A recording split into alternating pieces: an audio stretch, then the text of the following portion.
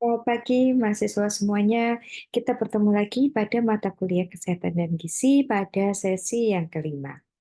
Teman-teman sekalian, pada sesi yang kelima ini kita akan belajar secara khusus terkait dengan penilaian status gizi. Mengapa diperlukan penilaian status gizi itu sendiri? Karena status gizi inilah yang akan menentukan bagaimana kondisi dari balita itu sendiri.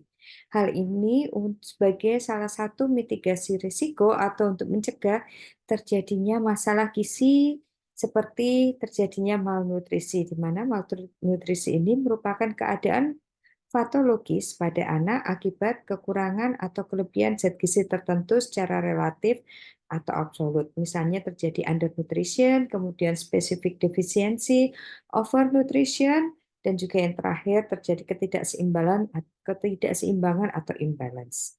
Teman-teman sekalian, penilaian status gizi itu sendiri bisa dibedakan menjadi dua hal. Yang pertama yaitu melalui pengukuran langsung dan yang kedua melalui pengukuran tidak langsung. Melalui pengukuran langsung sendiri ada 4 cara yang bisa dilakukan, yaitu yang pertama melalui pemeriksaan antropometri, biokimia, klinis, dan yang terakhir ada pemeriksaan biofisik. Sedangkan pengukuran tidak langsung bisa dilakukan melalui survei konsumsi, statistik vital, dan juga faktor ekologi.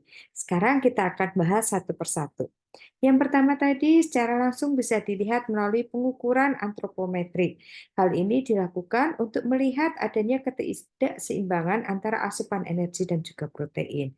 Hal ini bisa terlihat dari pertumbuhan fisik dari balita itu sendiri dan juga proporsi jaringan tubuh seperti massa lemak dan juga otot.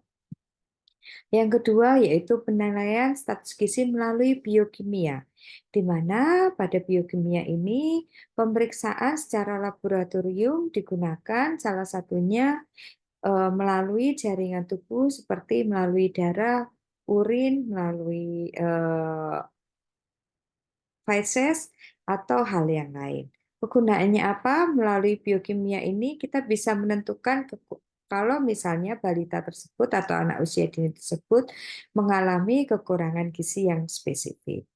Yang ketiga, melalui pemeriksaan klinis, di mana dalam hal ini bisa melihat perubahan-perubahan yang terjadi yang bisa dihubungkan dengan ketidakcukupan gizi.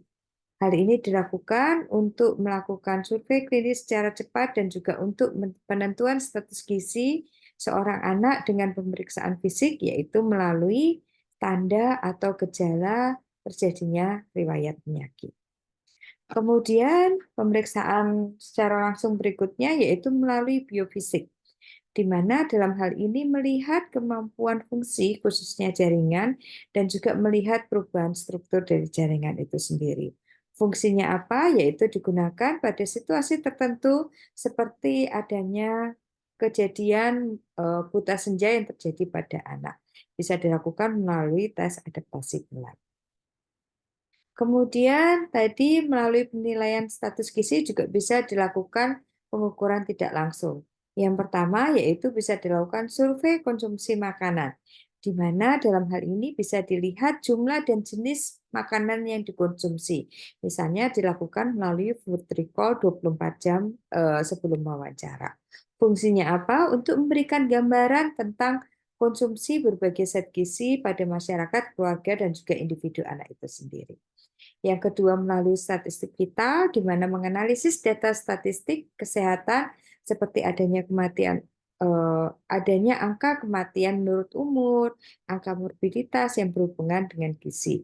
Kegunaannya itu sendiri yaitu sebagai indikator tidak langsung pengukuran status gizi yang ada di masyarakat.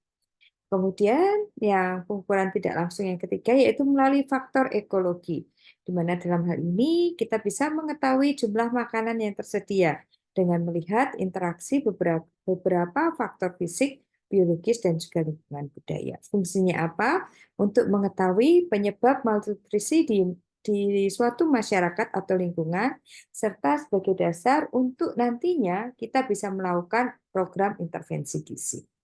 Teman-teman sekalian, pada sesi yang kelima ini, teman-teman ada tugas diskusi 5 yang harus dikerjakan dan juga jangan lupa ada tugas tutorial 2 yang harus dikerjakan.